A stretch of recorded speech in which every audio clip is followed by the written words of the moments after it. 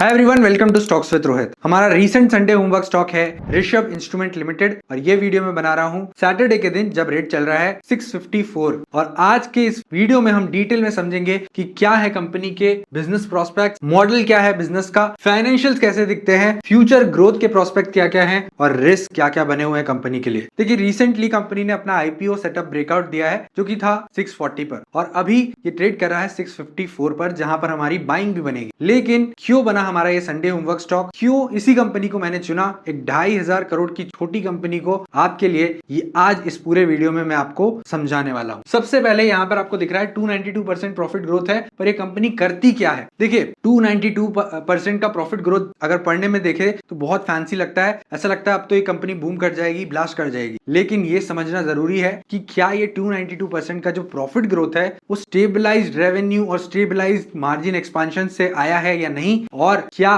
Previously जो company कमाती थी अब वो स्टेबल हो चुका है या नहीं, या फिर Q4 Q3 में ऐसे रिजल्ट्स आए हैं क्योंकि वन ऑफ डील की वजह से आपको प्रॉफिट हाइक होके मिला है। ये समझना बहुत इंपॉर्टेंट है। इसलिए 292% को यहां पर जस्टिफाई करने के लिए पहले हमें यहां पर स्क्रीनर खोलना होगा और स्क्रीनर खोल के एक बार देखना होगा क्या इसके क्वार्टरली रिजल्ट्स अब यहां पर स्टेबलाइज हुए हैं या नहीं। आप यहां पर मैंने आपके लिए ऋषभ के हम यहां पर स्क्रीनर पे डिटेल्स खोलेंगे और स्क्रीनर पे एक 2500 करोड़ की कंपनी दिख रही है। आरओसी आरओई अच्छा है, प्रॉफिट ग्रोथ 264% का दिख रहा है, 1.52 का इसका पीईजी रेशियो है, फेयरली वैल्यूड दिखता है, डेट ना के बराबर है। लेकिन ये देखना जरूरी है कि यहाँ पर जो क्वार्टरली रिजल्ट्स आ रहे हैं कंपनी के वो स्टेबल हुए हैं या नहीं हुए हैं। देखिए, अब यहाँ पे आपको दिख रहा है कि मार्च 2023 से सेल्स लगभग कंपनी की 170-180 करोड़ के आसपास है, वो बढ़ नहीं रही है, एक नेगेटिव पॉइंट रहा है। लेकिन 2025 के बाद यहाँ पर आपको 190 करोड़, 196, 184 और 205 मतलब ग्रेजुअल इंक्रीज सेल्स में देखने को जरूर मिला है। लेकिन पहले क्या नहीं था और अब क्या है वो समझना इंपॉर्टेंट है। पहले मार्जिन आप देखोगे तो स्टेबल मार्जिन नहीं थे, ऊपर नीचे, फिर 18%, फिर 3%, फिर यहाँ पर 10%, फिर 4%, फिर 6%। मतलब कंपनी के ऑपरेशन स्टेबल नहीं थे, company economies of scale achieve नहीं कर पा रही थी। लेकिन अब अगर आप देखोगे तो जून 2025 से 15%, 17%, 17% और 16% मार्जिन स्टेबल हो चुके हैं। राइट, अभी ये मार्जिन स्टेबल क्यों हुए, इसके ईयरली रिजल्ट्स पे आ जाते, ये समझना बहुत इंपॉर्टेंट है। अगर आप देखेंगे तो सेल्स ग्रोथ भी है कंपनी में, 400 करोड़ से ऑलमोस्ट 800 करोड़, 5 साल में डबल हो गया है रेवेन्यू। अगर इन्फ्लेशन भी हटाते हैं तो ये सेल्स ग्रोथ इतनी अच्छी नहीं है, लेकिन फिर भी ठीक है। एक्सपेंसेस खोल के देखेंगे तो इनका जो मटेरियल कॉस्ट था वो ऑलमोस्ट 40, 42, 45% तक के रहता था, which was quite on a higher side. लेकिन अगर आप 26 में देखोगे तो ये 38% हो गया है। मतलब कहीं ना कहीं इनका जो वेंडर्स के साथ, इनके जो मटेरियल प्रोवाइडर्स के साथ निगोशिएशंस था, उसकी वजह से इनका जो मटेरियल कॉस्ट है वो कम हो गया है। दूसरी बात, मैन्युफैक्चरिंग कॉस्ट कम हुआ है, 6% पर आ गया, जो कि 8%, 8%, 7.5%, 6.3%, वो 6% पर आ गया है। मतलब कंपनी यहां पर इकोनॉमीज ऑफ स्केल अचीव कर पा रही है, मतलब higher revenue with lower cost of production, ये अचीव कर पा रही है ईयर ऑन ईयर से, ये समझ में आ रहा है। जिसकी वजह से कंपनी के मार्जिन आपको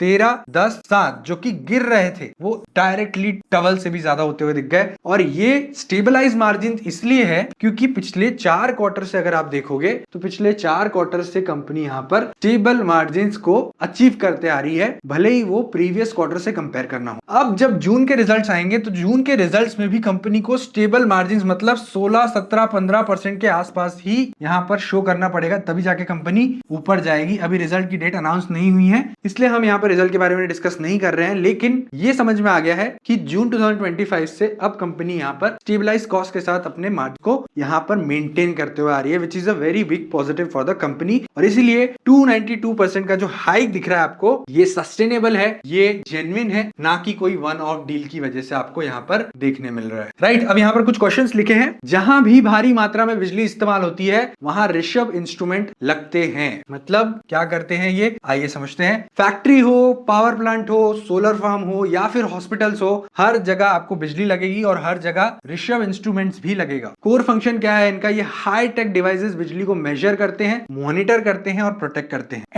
एम और पी, मेजर, मॉनिटर और प्रोटेक्ट करते हैं। 1982 में ये खुली थी कंपनी, आईआईटी मुंबई के जो एल्यूमिनी है नरेंद्र गोलिया द्वारा नासिक में इसकी शुरुआत की गई थी 1982 में। आगे चलते हैं, बिजनेस मॉडल समझेंगे। बिजली को मेजर करना मतलब नापना, डॉक्टर चेक करता है जैसे पल्स, वैसे ही बिजली को चेक किया जाता है। शॉर्ट सर्किट या डेंजर से बचाव करना लाइक अ वॉचमैन, मतलब डॉक्टर, वॉचमैन और लास्ट में कन्वर्ट, मतलब सोलर पावर को यूजेबल एनर्जी में कन्वर्ट करना। अभी ये बहुत सारी कंपनीज कर रही है, इसके बहुत कॉम्पिटिटर्स है, लेकिन ये जो दो काम है यहाँ पे कंपनी का एज बनते जा रहा है और इकोनॉमीज ऑफ स्केल बनते जा रही है। लेकिन ये दो काम भी बहुत सारी कंपनीज करती है, इसके साथ साथ सॉफ्टवेयर प्रोवाइड नहीं करती है। तो कंपनी मैन्युफैक्चरिंग से लेकर सॉफ्टवेयर तक के सब आपको इन हाउस प्रोवाइड करेगी, मतलब एक ऑर्गेनाइज्ड वे में अगर आपने इनको कॉन्ट्रैक्ट दिया है, एक साथ ही आपको ये सारा काम करके देंगे। और आप मेरे संडे होमवर्क स्टॉक में देखोगे कि मैं ऐसे स्टॉक्स चुनता हूं जो एक ही जगह पे सारी चीजों को प्रोवाइड कराते हैं। फॉर एग्जांपल स्टाइलम इंडस्ट्रीज, आरपीईएल, काफी सारी कंपनीज, पिछली जो मेरी कंपनी थी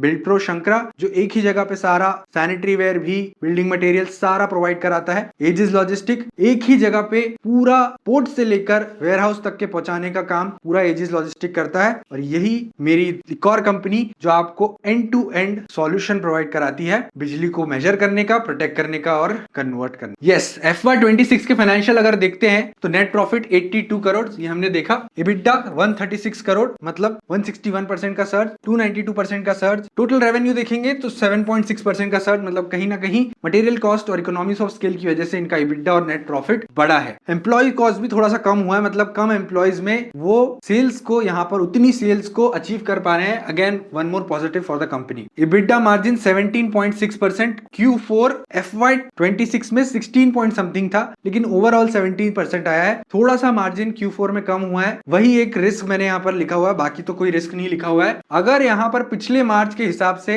इस मार्च का कंपैरिजन करने जाएंगे तो फिर यहाँ पर कंपनी की दिक्कत जाएगी। लेकिन अगर क्वार्टरली रिजल्ट्स पिछले क्वार्टर के मुकाबले या फिर उतने ही आ जाते हैं तो फिर यहाँ पर कंपनी आप समझ लीजिए ब्लास्ट हो जाएगी अपसाइड पर। 4 पिलर्स ऑफ ऋषभ एम्पायर अभी समझ लेते हैं कि कंपनी के आउटसाइड इंडिया क्या क्या कोलैबोरेशंस हैं, कितनी कंपनी एक्सपोर्ट कर पा रही है, कितनी कंट्रीज में एक्सपोर्ट करती है, 35 प्लस कंट्रीज में, पोलैंड, चेक, इंडिया, नासिक, ये और ये चार, चौथा यूएसए, ये 4 पिलर्स है कंपनी के। पहला है पोलैंड, चेक रिपब्लिक, इंडिया में नासिक और यूके एंड यूएस। पोलैंड में हार्डवेयर और ऑटोमेशन का काम होता है, मतलब जो मैन्युफैक्चरिंग में हार्डवेयर बनता है और उसमें ऑटोमेशन जो होता है उसका काम होता है। Winner of Forbes diamond 2026। माइक्रोसिस चेक में इन्होंने 100% इक्विटी खरीदी स्काडा सॉफ्टवेयर की, जो कि यहाँ पर हार्डवेयर के लिए सॉफ्टवेयर प्रोवाइड करता है। इंडिया में इनका मैन्युफैक्चरिंग है, कोर मैन्युफैक्चरिंग बेस है, एक्सपांशन भी किया है जो कि फुल कैपेसिटी के साथ रेडी होके FY26 में रिजल्ट्स में शो होगा। सिफार्म टिंसले यूके और यूएस में premium current transformer dominating western market में यहाँ पे ये कोलैबोरेशन कंपनी ने किया हुआ है। ये 4 पिलर है कंपनीज के जो कि 35 कंट्रीज में डोमिनेट कर रहे हैं अपने प्रोडक्ट्स के साथ, और धीरे धीरे कंपनी की यहाँ पर सेल्स बढ़ते जा रही है। अभी मास्टर स्ट्रोक क्या है वो मैंने बताया आपको, एक ही जगह पर सब कुछ प्रोवाइड करना, हार्डवेयर, सॉफ्टवेयर, कंप्लीट सॉल्यूशन, एक ही जगह पे सारी चीजें। SCADA is the brain of industrial automation, the transformation. Company अब सिर्फ पार्ट्स नहीं बल्कि कंप्लीट सॉल्यूशन सेल कर रही है, और सिर्फ स्टैंड अलोन हार्डवेयर बेचने वाली कंपनीज भी बहुत है जो कि हाईली कॉम्पिटिटिव होती है, मतलब बहुत कंपटीशन उनके होते हैं। रियल प्रूफ, ल्यूमेल ऐसे secured 30 crore contract order in Germany for advanced energy automation valid till 2027। अभी आगे जाके क्या ग्रोथ हो सकती है वो भी देखते हैं। टारगेट 1, 2, 3 क्या क्या है वो समझ लेते हैं। टारगेट 1 सोलर पुश, 3-4 साल में 100 करोड़ का रेवेन्यू, एक्सपांशन इन सोलर लिंक मेजरमेंट सॉल्यूशन करेंगे कंपनी। यहाँ पर पॉजिटिव है, लेकिन इसके कंपटीटर बहुत है, इसलिए यहाँ पर हमें एज सच उतना कॉम्पिटिटिव एज नहीं मिल रहा है। Second target EEI segment, energy efficient instrumentation grew 17.5% year on year, management top priority segment for the future. ये एक सेगमेंट जो है ये है मैनेजमेंट का टॉप प्रायोरिटी सेगमेंट, और जिसकी वजह से यहाँ पर आपको टर्न अराउंड भी देखने को मिला है। 23 से 25 के बीच में जो गिरावट कंपनी में थी, वो जो गिरावट को ऊपर लाया है वो इस पर्टिकुलर सेगमेंट ने लेके आया है, जो कि यहाँ पे आपको 17.5% से ईयर ऑन ईयर ग्रो करते हुए दिख रहा है, जो कि आगे मैनेजमेंट का टॉप प्रायोरिटी सेगमेंट बन चुका है। Target 3 Nashik expansion, new capacity available in FY27, better operating leverage. ठीक है, बेटर ऑपरेटिंग लिवरेज कंपनी को प्रोवाइड करेगी। आगे चलते हैं, बिगिनर्स के क्वेश्चन क्या होंगे। सेल्स में अचानक इतनी तेजी कैसे आई? सेल्स में एज सच उतनी तेजी नहीं आई, लेकिन फिर भी उसका रीजन था deep customer engagement, new product development और इंटरनेशनल मार्केट में सक्सेसफुल कन्वर्जन के कारण यहाँ पर कंपनी सस्टेन कर पाई। नेक्स्ट, क्या यह ग्रोथ सस्टेनेबल होगी? दोस्तों 92% की ग्रोथ सस्टेनेबल होगी नहीं होगी समझना इंपॉर्टेंट है। मैनेजमेंट मई 2026 कॉन कॉल में अनुसार healthy and sustainable demand momentum दिख रहा है। उनका फोकस हाई मार्जिन बिजनेस पर अब ज्यादा हो रहा है, तो क्लियरली कंपनी के जो मार्जिन बढ़े हैं अब यहाँ पर वो कंटिन्यू होते हुए दिखने चाहिए as per the management commentary. Stock valuation अगर देखेंगे तो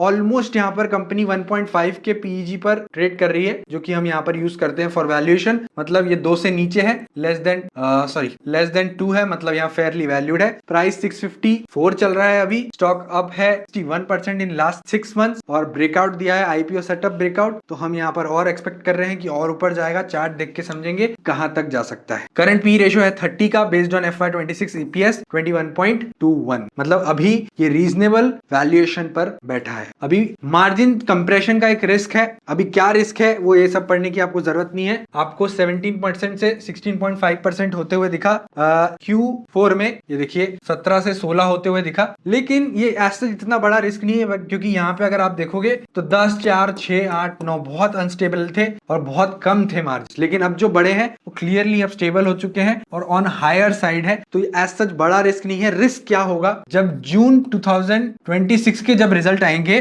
मतलब ये सेल्स इससे कंपेयर करेंगे, ये सेल्स इससे कंपेयर करेंगे, ये प्रॉफिट यहां से कंपेयर होगा, तो ये प्रीवियस जून के हिसाब से नहीं होने चाहिए और ये इस जून के हिसाब से होने चाहिए, इसलिए कंपैरिजन यहां से होगा और यहां से होगा। तो डेफिनेटली कंपनी को ग्रो करना है तो यहाँ पर स्टेबलाइज प्रॉफिट मार्क करने होंगे, रिपोर्ट करने होंगे। यस, तो वापस से आ जाते हैं हमारी पीपीटी पर और मैंने पूरा फाइनल वर्डिक्ट लिखा हुआ है। स्ट्रॉन्ग फंडामेंटल्स है, ग्लोबल सिनर्जी है, फ्यूचर रेडी है और सिर्फ मार्जिन का एक प्रॉब्लम है जो कि मैंने बताया, which is not a bigger issue. अब आ जाते हैं चार्ट्स पर डायरेक्टली। आपके लिए चार्ट्स मैंने खोल के रखे हुए हैं। चार्ट्स में आपको क्लियरली बता देता हूं मैं सारे फैक्टर्स देखता हूं। पहला, ईएमए डाइवर्जेंस हुआ हो और स्टॉक बुलिश मोमेंटम में हो, मतलब ट्रेंड बुलिश हो, बिल्कुल ट्रेंड यहाँ पर बुलिश है। सेकंड, यहाँ पर वॉल्यूम्स आए हो, आप देखोगे तो यहाँ पर कुछ भी वॉल्यूम्स नहीं थे, ये पूरे पीरियड में वॉल्यूम नहीं थे, स्टॉक कंसोलिडेट कर रहा था और जैसे ही यहाँ पर वॉल्यूम्स आना चालू हुए, आप देख रहे हो स्टॉक ने अपसाइड का मोमेंटम दिखा दिया है। इतना अपसाइड जाने के बाद भी why are we choosing this stock, का रीजन है